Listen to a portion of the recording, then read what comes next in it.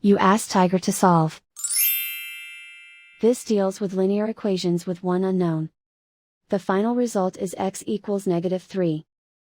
Let's solve it step by step. Simplify the expression. Expand the parentheses. Simplify the arithmetic. Group all constants on the right side of the equation. Add 36 to both sides. Simplify the arithmetic.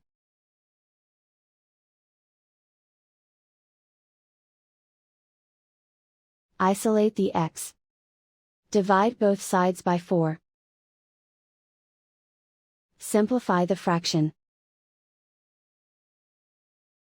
Find the greatest common factor of the numerator and denominator. Factor out and cancel the greatest common factor. And so the final result is x equals -3.